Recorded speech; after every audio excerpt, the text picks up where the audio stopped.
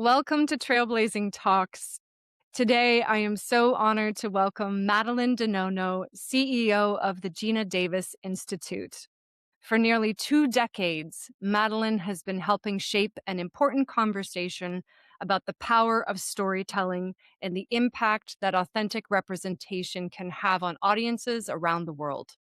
Through exhaustive research and collaboration with the entertainment industry, the Institute has become a leading voice in helping storytellers create more inclusive and representative media. Thank God for you, Madeline. It is such a pleasure to welcome you to Trailblazing Talks. Thank you, Kate. I'm honored and delighted to be here with you and all of your listeners and Marina as well. Thank you. Thank you. So I was just watching This Changes Everything, and I know that that came out in 2018. Talk to me, for our listeners who don't know about the Institute, tell us about it.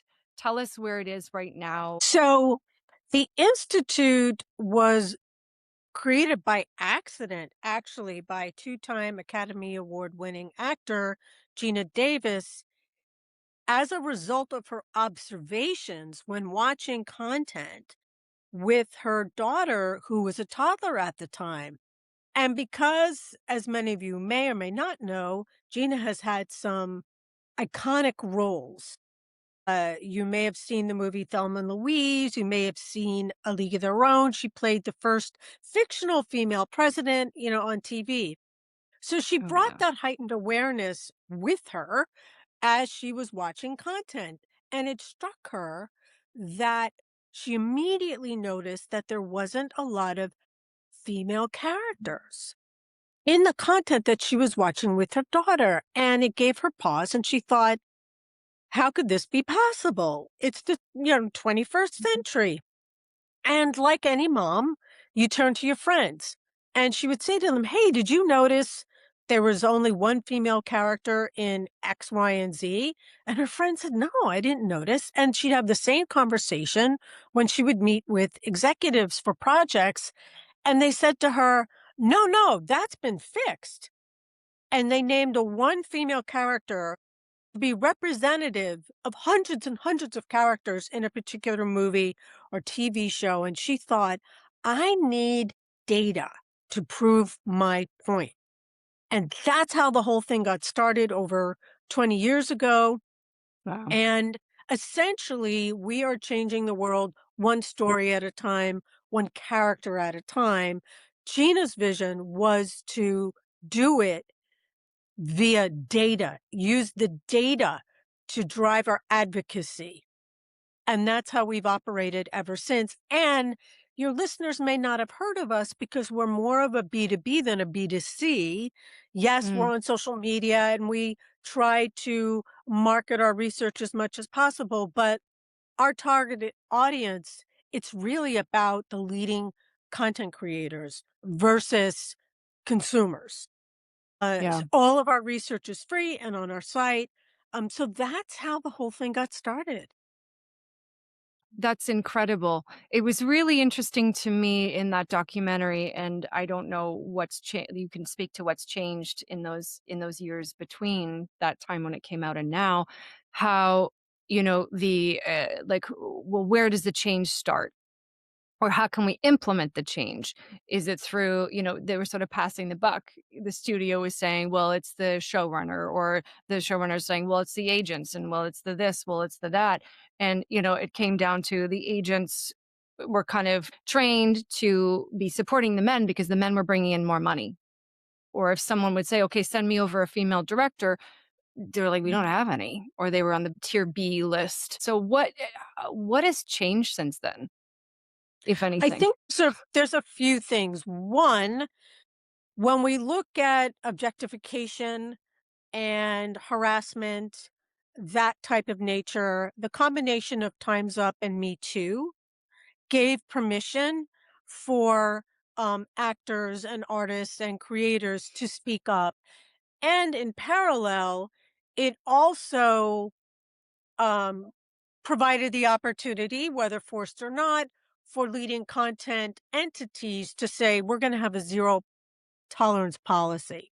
So Yeah. that's one bucket. With regard to there's conscious bias and unconscious bias.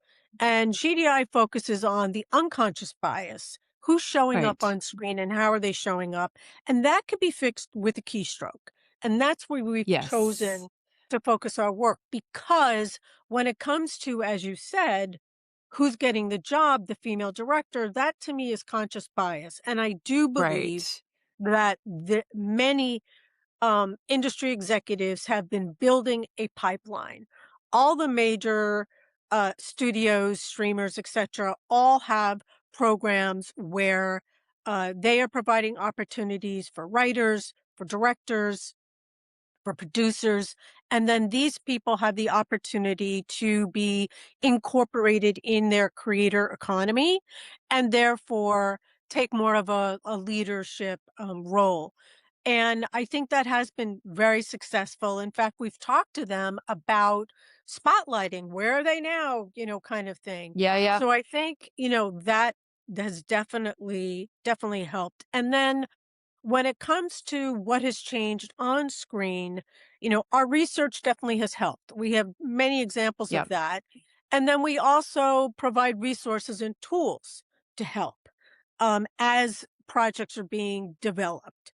So there's It's many, great. many pathways. And as you pointed out, there's many touch points in Yeah. terms of who's casting?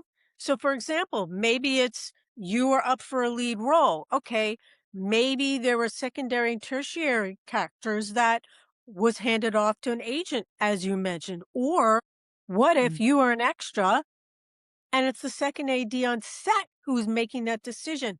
If there wasn't an expectation set forth at the beginning for Yeah. all the department heads, Right.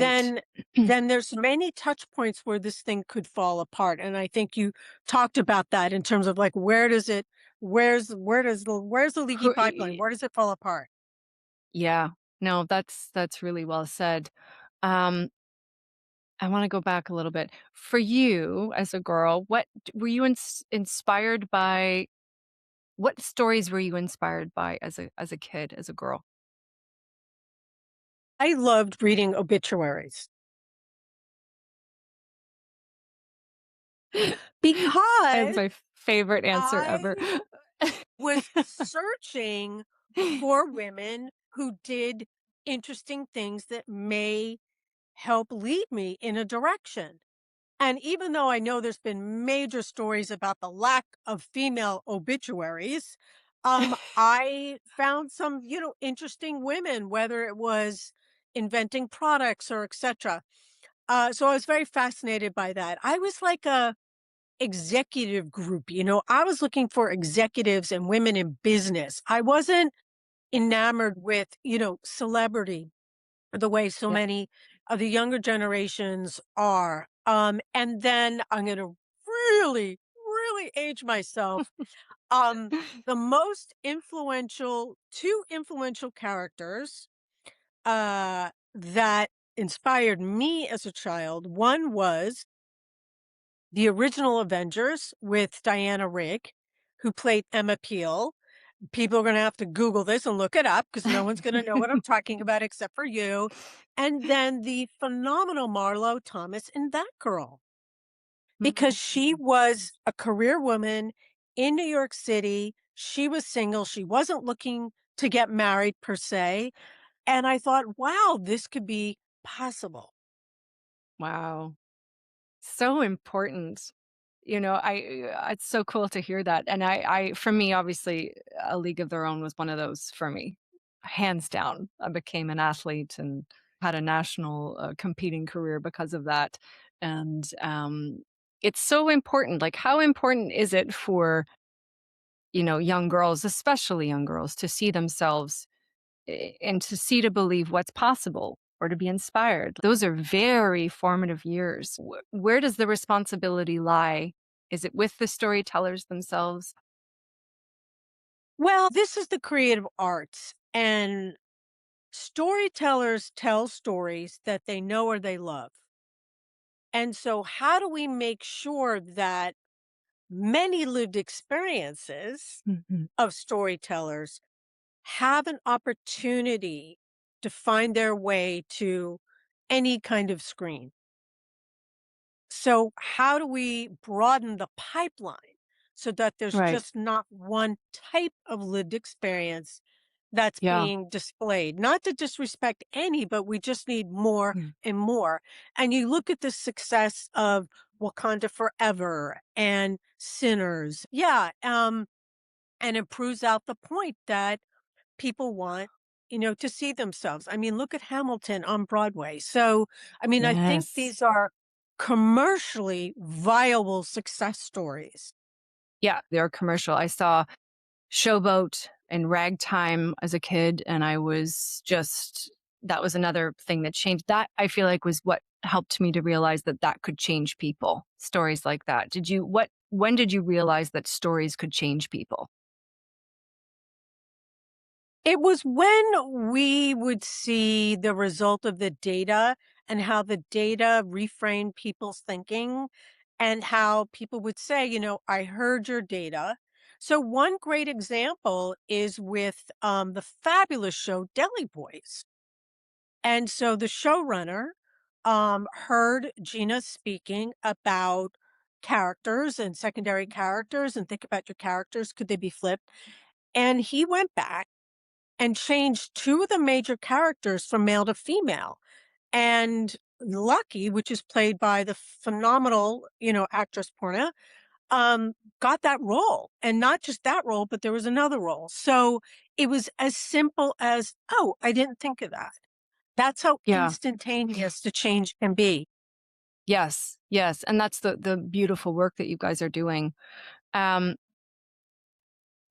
so back in the day when you started, what do you feel like was the problem people were not wanting to see? Was it that simple when you started? What were you sort of bumping up against in the early days? I'd say in the early days, when we would talk about diversity and inclusion, gender was not on the agenda. And that is what Wow. Gina did and the Institute did.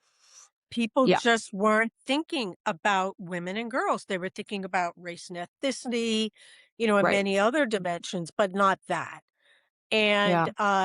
And that's what we have been driving towards, and not just that, but it's the intersection of gender Yeah, and yeah, yeah. disability and gender and age and gender, race, ethnicity, and LGBTQIA and body type and a number of these things.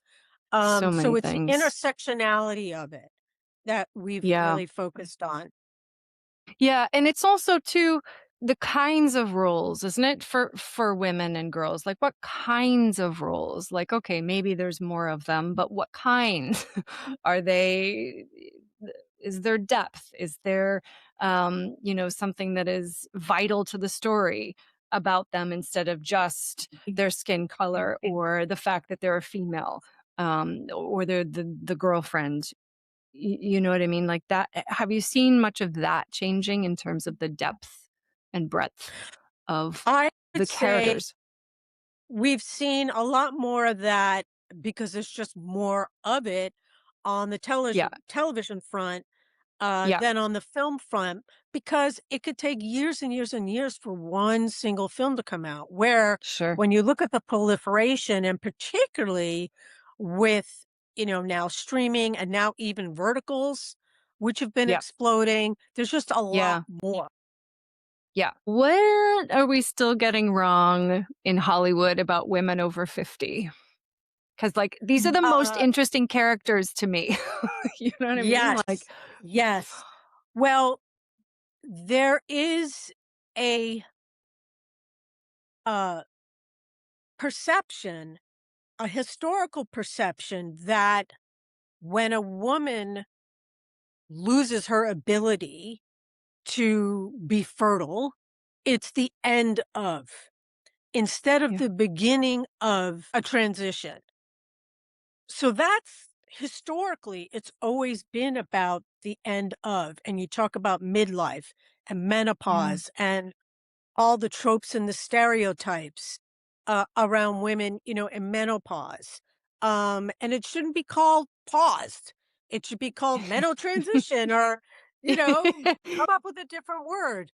Yeah, So yeah, there's yeah. the evolutionary kind of issue of that. And then, how that plays out, we uh don't often see women over 50 having full romantic lives, full active lives. Right. Grace and Frankie was a great example. There are some great Yeah, examples.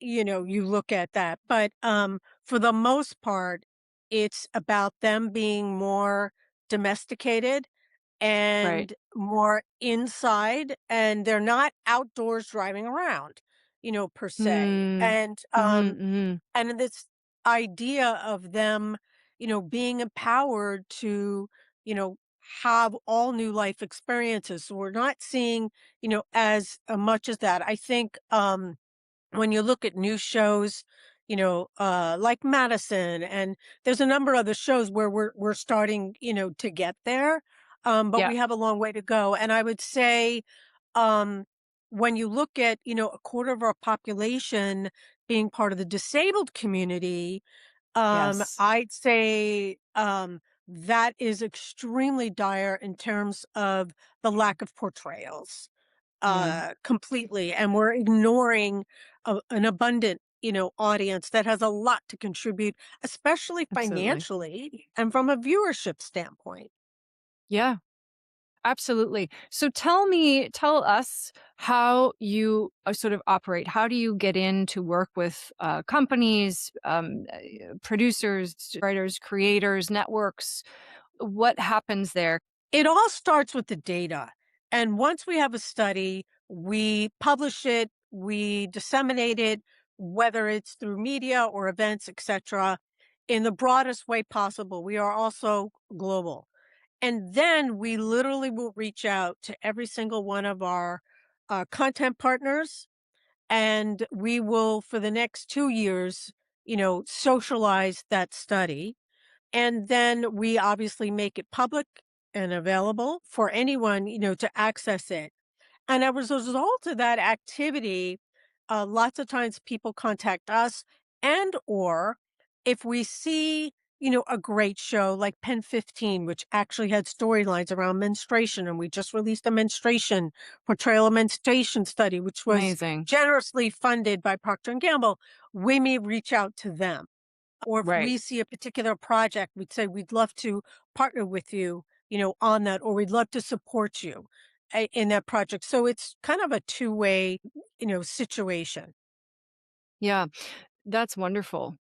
Um, what is your feeling on audiences? Like, are they getting more sophisticated? I mean, they're ready to see whatever we're presenting. I still feel like it's the decision makers, or who gets to get their story told.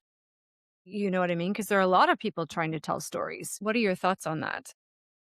One interesting thing that I know has been studied and written about is the COVID effect.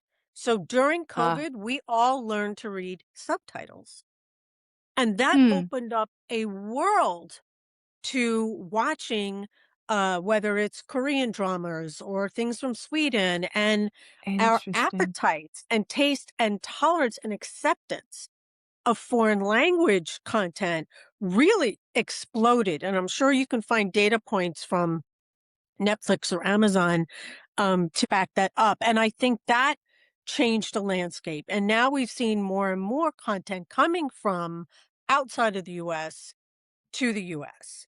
So I think that has changed, our appetites. And I think younger audiences will find content wherever they want it. And it may not be narrative, it may Yeah, be from their favorite creator that they find on TikTok or, YouTube, and especially for children, YouTube being, the dominant content platform, for kids. right. So, they will find the content that they're interested in consuming.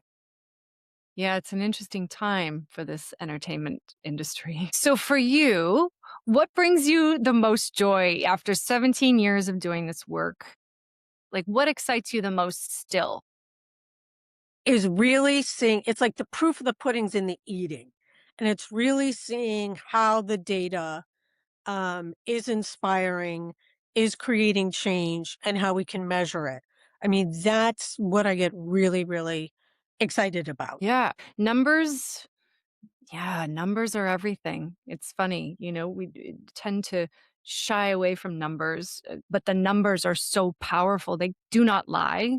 You can't argue with them.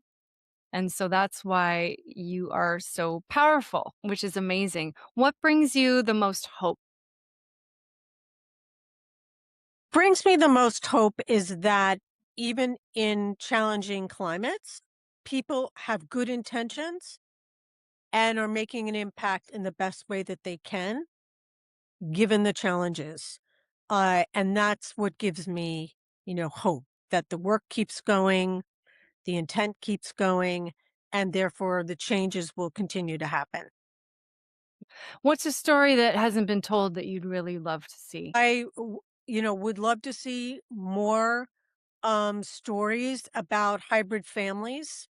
I'd love to see stories where older characters, disabled characters, multi-generational, um also, mixed race communities. I don't think we see enough of that Yeah. where and when you think about their census data and you think about the reality of older adults as primary caregivers, um so I think there's a lot of stories, like that, the realities of caregiving.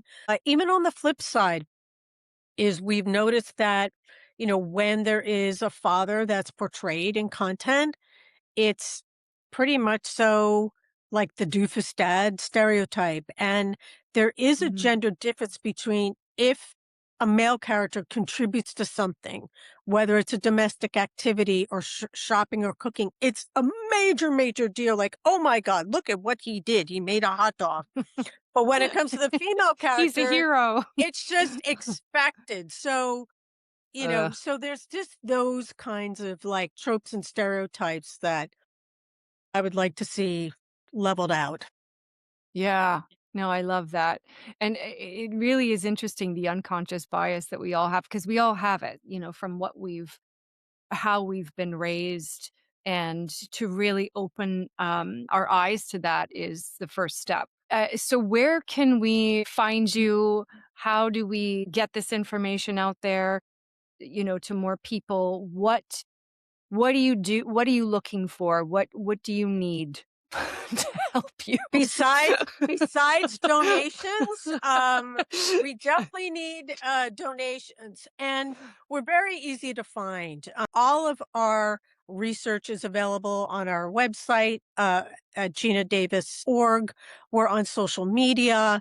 We have a wonderful newsletter called Must See News, which you can sign up on our website, which publishes weekly, and it's very focused on representation, and not just from us but from others that are really trying to kind of drive and push the needle on that, Yeah. whether it's from a leadership standpoint, a content standpoint. And we do have a membership, and our members are a Okay. very passionate community. They get to engage, with Gina and the Institute and attend our events. And we do a lot of exclusive things, for our members. So Okay. we welcome membership as well. Amazing. That's fantastic. What do you want to be remembered for? What is the legacy you, Madeline, are leaving behind? I think the legacy would be that we're able to achieve parity, on screen with at least the way, um, our society is represented. I think that would be, an enormous legacy. Also, to see more abundance in terms of who gets to tell their story and how it is shown. That would really be a leading legacy. And then for other people to pick up the mantle and to take all the research that we've used and carry it on to other generations. Amazing. It's amazing work you're doing. I'm extremely grateful. I know so many are extremely grateful. So, wishing you continued success and thank you so much for taking the time to share. It's so important. And it's a pleasure to meet you. Well, it was a privilege to be here and to engage with your listeners. So thank you so much for the opportunity.